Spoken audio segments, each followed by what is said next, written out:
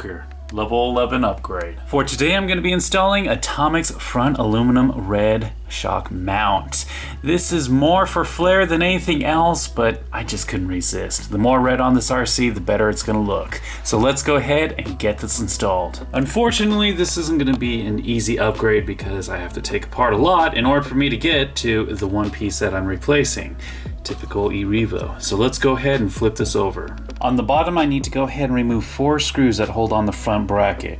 We have 2 on this side and 2 on this side. Back on top, I need to go ahead and remove these 2 screws. Now I can pull off the bracket, but I still can't pull off the brace because there's 2 screws on the bottom holding it on. So back on bottom, I need to go ahead and remove this screw here and this screw here, which is actually pretty awesome because with the brace in the front, you have access to the screws. With the brace in the back, they're actually located underneath the middle skid plate, which sucks because you have to take all this off just to get to them, but not with the front. Now I can go ahead and finally pull off the brace, and as for this last screw, I just put that there because I hate seeing empty holes on an RC. But now I can go ahead and compare it to the new one.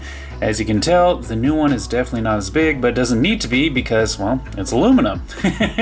Now I don't need to use any thread locker. I would suggest you always use it, but since there is a piece of plastic that's in between the screw and the aluminum, that is going to be enough of leverage to keep the screw in place as long as I tighten it just enough. So let's go ahead and slide that on and then reinstall the 2 screws that hold it on from the bottom. With that installed, I need to go ahead and slide the shocks back into place.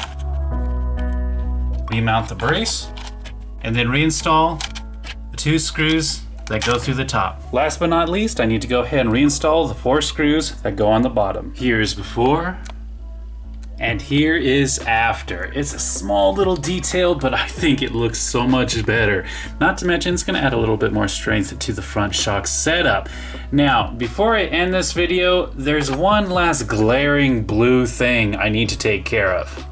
So unfortunately, Traxxas does not sell black boots. They always come blue, which is strange because it does come with the option of black braces as well as blue ones, but not black boots. But there is a way around this, or at least I'm hoping there is. I'm going to try out my tested and proven RIT dye method. This is for clothes, but sometimes it works really well on plastic. Not all the time, as it was the case for my servos.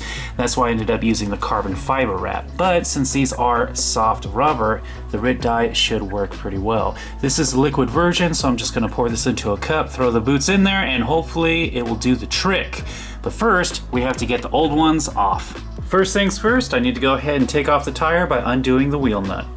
Now I'm gonna pull off the tire, and underneath you're gonna see these little rubber pieces. I'm just gonna get my hex screwdriver, straighten out the arm so it's horizontal, and then just stick it right on through, and then unscrew the pivot ball. To make this a little bit easier, I'm gonna do a little bit on top, and then a little bit on bottom, until it comes all the way off.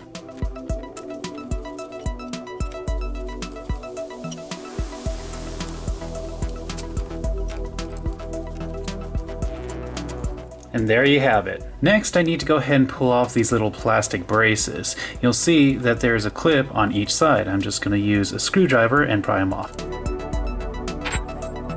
And there you have it. Now I just gotta do that with all the other boots. So I got all the boots off, and the ones that I could save, I dyed black along with the new ones, and now I can go ahead and put these back on. With the boots back on, I can go ahead and reattach the axle carrier. Now that that's been reattached, all that's left is the tire. Here is before, and here is after. And honestly, guys, it makes a really big difference, especially when the body's on. So no more of those bright blue boots obstructing my red theme. As always, I have to give a huge shout out to everyone who's helped me on Patreon. Because of you guys, these upgrades are possible. So the only thing that's left that's a blue obstruction, other than the ESC, would be these blue bearings. And I went ahead and ordered some black ones along with some red aluminum axle carriers. But that's for another time. For now, that was JoKer's level 11 upgrade.